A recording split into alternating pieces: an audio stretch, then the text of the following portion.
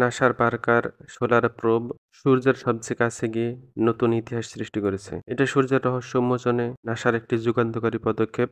এটা একটি ঐতিহাসিক মহাকাশ অভিযান যা সূর্য সম্পর্কে আমাদের ধারণাকে সম্পূর্ণ বদলে দিয়েছে। আমি মিঠুন আছি আপনাদের সাথে। আশা করছি পুরো ভিডিও দেখবেন এবং সাবস্ক্রাইব করবেন। এটি সূর্যের সবচেয়ে কাছে গিয়ে পৌঁছেছে। এটা সূর্য থেকে প্রায় ৩৮ লক্ষ মাইল দূরত্বে পৌঁছাতে পেরেছে, যা এর আগে কোনো মহাকাশযান সূর্যের এত কাছে যেতে সক্ষম হয়নি।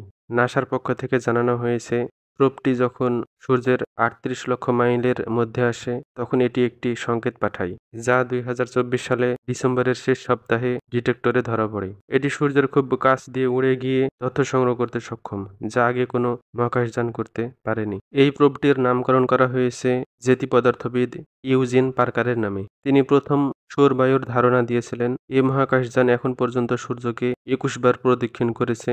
এ প্রোবটি ঘন্টায় প্রায় ৪,৩০,০০০ মাইল বেগে সূর্যের দিকে ছুটে চলেছে এবং এটি ১৮,০০০ ফারেনহাইট পর্যন্ত তাপমাত্রা সহ্য করতে সক্ষম। এই প্রোবটি সূর্যের করোনা ভেদ করে তথ্য সংগ্রহ করেছে, যা আগে কখনো সম্ভব হয়নি। এখন প্রশ্ন হলো, সূর্যের করোনা কি? সূর্যের করোনা হলো সূর্যের বাইরের বায়ুমণ্ডল। এটি অত্যন্ত উত্তপ্ত এবং এর আচরণ সম্পর্কে বিজ্ঞানীরা অনেক কিছু জানত না। পার্কার সোলার প্রোব এই করোনা ভেদ করে এর গঠন, তাপমাত্রা এবং অন্যান্য বৈশিষ্ট্য সম্পর্কে মূল্যবান তথ্য সংগ্রহ করেছে। এটি ২০১৮ সালের ১২ আগস্ট ফ্লোরিডার কেপ ক্যানাভেরাল থেকে ২০১৮ সালে উৎক্ষেপণের পর থেকে এটি বহুবার সূর্যের পাশ দিয়ে গেছে এবং প্রতিবারই সূর্যের আরও কাছে পৌঁছেছে। পার্কার সোলার প্রোব করোনার মধ্যে অপ্রত্যাশিতভাবে সুইচব্যাক আবিষ্কার করেছে।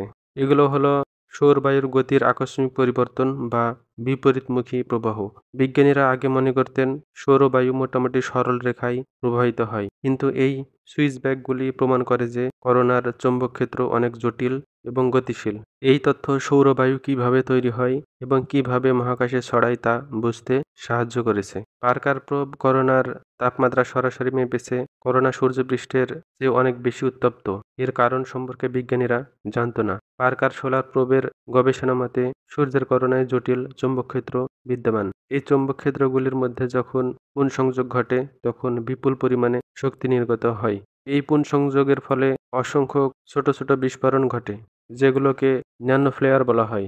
এই বিস্ফোরণ ও চৌম্বকক্ষেত্রের পুনঃসংযোজন করোনাকে উত্তপ্ত করার প্রধান উৎস হিসাবে কাজ করে। পার্কার প্রোব এই ন্যানোফ্লেয়ারগুলির প্রমাণ পেয়েছে এবং এদের শক্তি নির্গমনের পরিমাণও পরিমাপ করেছে। সূর্যের কাছাকাছি অঞ্চলে ধূলিকণার পরিমাণ সম্পর্কে তথ্য সংগ্রহ করেছে পার্কার। সূর্যের তীব্র তাপে এই ধূলিকণা কিভাবে টিকে থাকে এবং এর গতিবিধি কেমন সে বিষয়ে নতুন তথ্য পাওয়া গেছে। পার্কার সোলার প্রোব করোনার মধ্যে এক ধরনের কম্পন শনাক্ত করেছে, যা আগে কখনো দেখা যায়নি। এই কম্পনগুলি করোনার গঠন এবং গতিশীলতা সম্পর্কে নতুন ধারণা দেয়। এই প্রোবের প্রধান উদ্দেশ্য হল সূর্যের বাইরের বায়ুমণ্ডল, সৌরবায়ু, সৌরকণা, সৌরঝড়, সূর্যের চৌম্বকক্ষেত্র ও অন্যান্য সৌর কার্যকলাপ সম্পর্কে বিস্তারিত তথ্য সংগ্রহ করা। এই তথ্যগুলি মহাকাশ এবং পৃথিবীর উপর সূর্যের প্রভাব সম্পর্কে আরও ভালোভাবে বুঝতে সাহায্য করবে। এই অভিযানের মাধ্যমে বিজ্ঞানীরা সূর্য সম্পর্কে আরও অনেক অজানা তথ্য জানতে পারবে।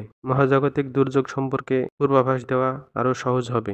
এটি আমাদের নিকটতম নক্ষত্র এবং এর চারপাশের পরিবেশ সম্পর্কে ধারণা আরও স্পষ্ট করবে। ভিডিও ভালো লাগলে লাইক, শেয়ার, কমেন্ট করে পাশে থাকবেন। ধন্যবাদ সবাইকে। আজ এ পর্যন্তই।